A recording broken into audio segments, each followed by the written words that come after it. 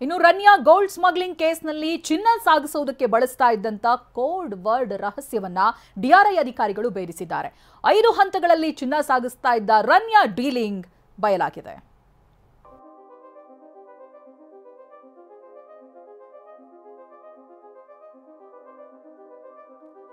ಬಗೆದಷ್ಟು ಬಯಲಾಗ್ತಿದೆ Ranya gold smuggling ರಹಸ್ಯ. ಕೆಜಿಗಟ್ಟಲೆ ಚಿನ್ನ ಸಾಗಾಟಕ್ಕೆ 5 code word.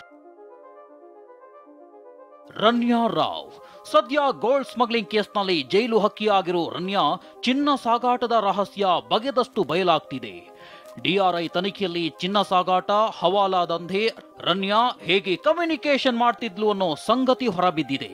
Code word ಮೂಲಕ ದಂಧೆ ನಡೆಸುತ್ತಿದ್ದ ಅಸಲಿಯತ್ತನ್ನ ಅಧಿಕಾರಿಗಳು ಹೊರತೆಗೆದಿದ್ದಾರೆ. 994552 ನಂಬರ್ನಿಂದ ಆರಂಭವಾಗುವ ಮೊಬೈಲ್ ಸಂಖ್ಯೆಯನ್ನ AU Bangalore dispatch new town ಎಂಬ ಹೆಸರಿನಲ್ಲಿ ಸೇವ್ ಮಾಡಿದ್ದ ರನ್ಯಾ ಈ ನಂಬರ್ ಮೂಲಕ ಡೀಲ್ ಮಾಡ್ತಿದ್ಲು. ಉದ್ಯಮಿ ಜ್ಯುವೆಲರಿ ಮಾಲೀಕ ಸಾಹಿಲ್ ಜೈನ್ ಮೂಲಕ ವ್ಯವಹಾರ ನಡೆಸ್ತಿದ್ಲು ಅನ್ನೋದು ಗೊತ್ತಾಗಿದೆ. ಇದಕ್ಕಾಗಿ 5 ಹಂತಗಳಲ್ಲಿ ಡೀಲ್ ಮಾಡಿಸ್ತಿದ್ಲು. ಮೊದಲಿಗೆ ಇನಿಸಿಯೇಷನ್ ಅಂದ್ರೆ ರನ್ಯಾ ಟೀಮ್ ಡೀಲ್ ಪಡೆದುಕೊಳ್ತಿದ್ಲು. 2ನೇ ಹಂತದಲ್ಲಿ ಸಂಬಂಧಪಟ್ಟವರ ಜೊತೆ ಟೀಮ್ ಕಮ್ಯುನಿಕೇಶನ್ ನಡೆಸ್ತಿತ್ತು. ಚಿನ್ನ, ಹಣ, ಡೀಲ್ ಖಚಿತ ಮಾಡ್ಕೊಳ್ತಿದ್ದ ಬಳಿಕ ವಿದೇಶದಿಂದ ಭಾರತಕ್ಕೆ ಚಿನ್ನ ಡೆಲಿವರಿ ಮಾಡ್ತಿದ್ರು. ನಂತರ ಸೆಟಲ್ಮೆಂಟ್ ಮಾಡಿ ಸುಳಿವು ಸಿಗದಂತೆ ರನ್ಯಾ ಟೀಮ್ ದಂಧೆಯನ್ನ ಮುಗಿಸ್ತಿತ್ತು. ರನ್ಯಾ ಗೋಲ್ಡ್ ಸ್ಮಗ್ಲಿಂಗ್ ಕೇಸ್ನಲ್ಲಿ ಮತ್ತೋರ್ವನ ನಂಟು.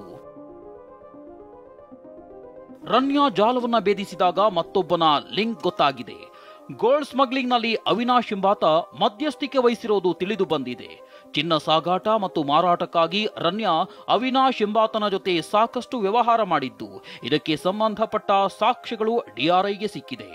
ರನ್ಯಾ ಅವಿನಾಶ್ ನಡೆಸುತ್ತಿದ್ದ ವ್ಯವಹಾರಕ್ಕೆ ಅನಂತರದಲ್ಲಿ ಸಾಹಿಲ್ ಜೈನ್ ಎಂಟ್ರಿ ಕೊಟ್ಟಿದ್ದಾನೆ. ಸಾಹಿಲ್ ಜೈನ್ ಅಂಗಡಿಗೆ ಚಿನ್ನ ನೀಡಿದ್ದ ರನ್ಯಾ. ಜ್ಯುವೆಲರಿ ಶಾಪ್ ಮಾಲೀಕನಾಗಿರೋ ಬಳ್ಳಾರಿ ಮೂಲದ ಸಾಹಿಲ್ ಜೈನ್ ಕೂಡ ಜೈಲು ಪಾಲಾಗಿದ್ದಾನೆ. ಕಳೆದ ನವೆಂಬರ್ನಲ್ಲಿ ಸಾಹಿಲ್ ಜೊತೆ ರನ್ಯಾ ವ್ಯಾಪಾರ ನಡೆಸಿರೋದು ಗೊತ್ತಾಗಿದೆ. ಸಾಹಿಲ್ ನಡೆಸುತ್ತಿದ್ದ ಚಿನ್ನದ ಅಂಗಡಿಗೆ ರನ್ಯಾ ರಾವ್ ಚಿನ್ನ ನೀಡಿರೋದು ಬಯಲಾಗಿದೆ. ಪ್ರಜ್ವಲ್, ಟಿವಿ9 ಬೆಂಗಳೂರು.